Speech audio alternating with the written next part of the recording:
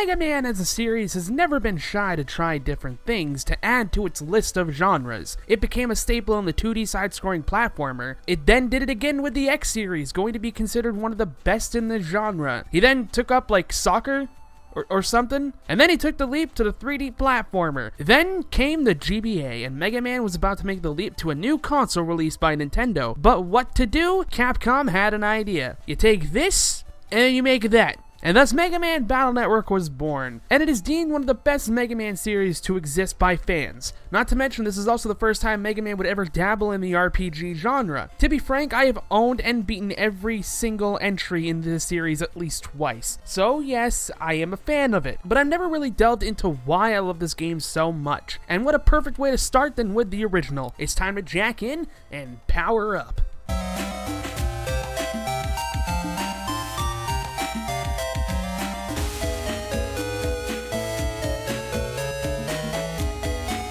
Whilst Mega Man Battle Network does take Mega Man into a different genre, its story sadly doesn't really take any new leaps from the traditional Mega Man-esque plot. Okay, yeah, sure, it's longer, but really it's the same old, same old. In the world of the distant future, the internet has become not only a world where someone can look up a recipe or search up any information, it is now its own little world that are inhabited by programs called netnavies. Personal programs that do any task over the internet given to them by the user, aka us humans. The game follows Lan Hikari and his netnavi Megaman.EXE as they go through the most tedious of scenarios. Elementary school. No, okay, no, there is an antagonizing force. The game starts with fires happening in people's homes and a supposed terrorist group by the name of World 3, a group who wants to seek war across the net in the world and soon seize control of it. When coming back home, Lan's house suddenly succumbs to the same explosions as heard over the news. He sends in Mega Man and finds out that a Navi by the name of Fireman is behind these accidents. And after beating him pretty hard, it's pretty much told to us that World 3 Navis will seek out more chaos and destruction, and well,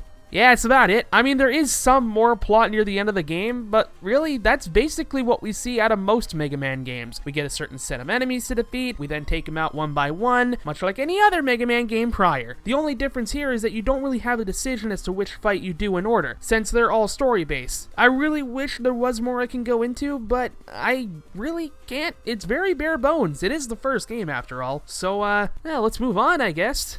Yeah?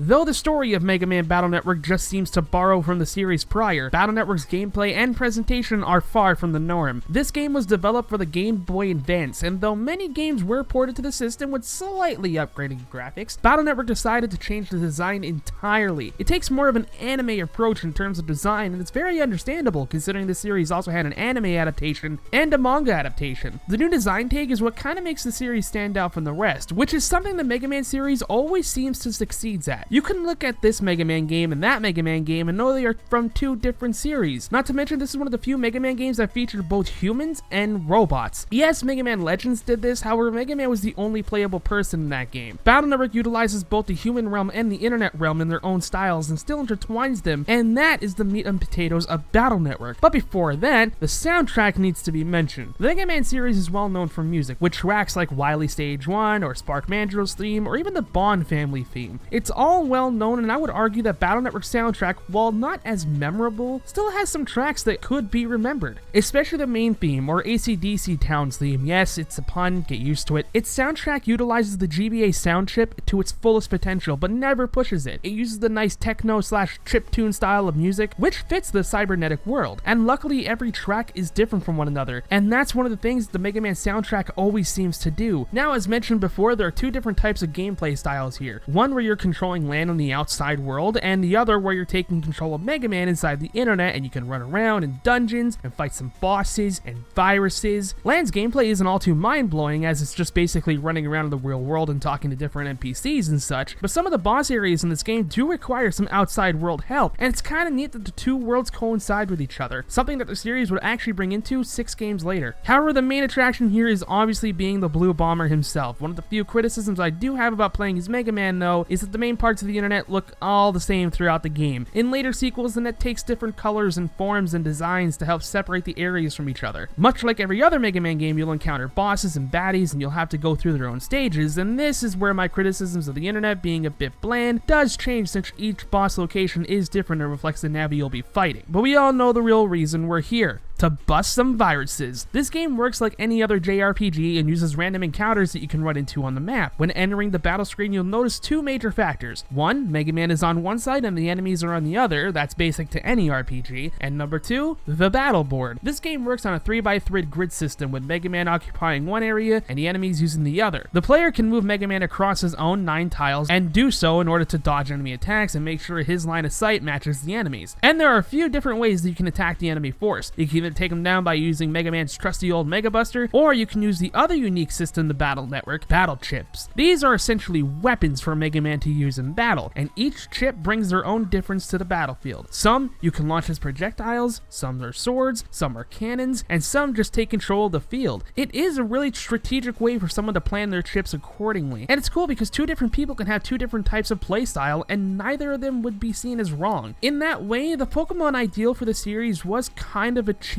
Everyone has their own playstyle, and it's fine because it suits that person. It's simple to learn, yet easy to master to your own abilities, and that is pretty cool.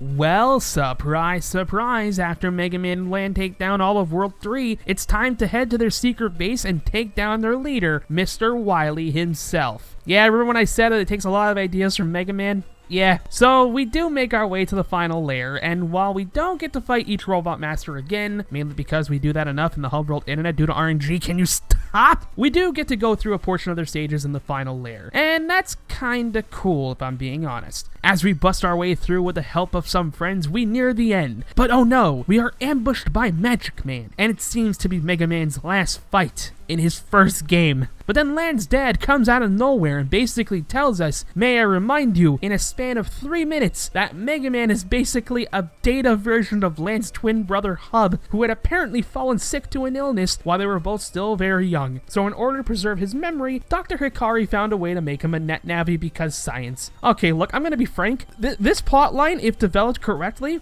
could have been really interesting, but it's literally shoved at the end of the game, so I cannot help but be a little, mad towards this.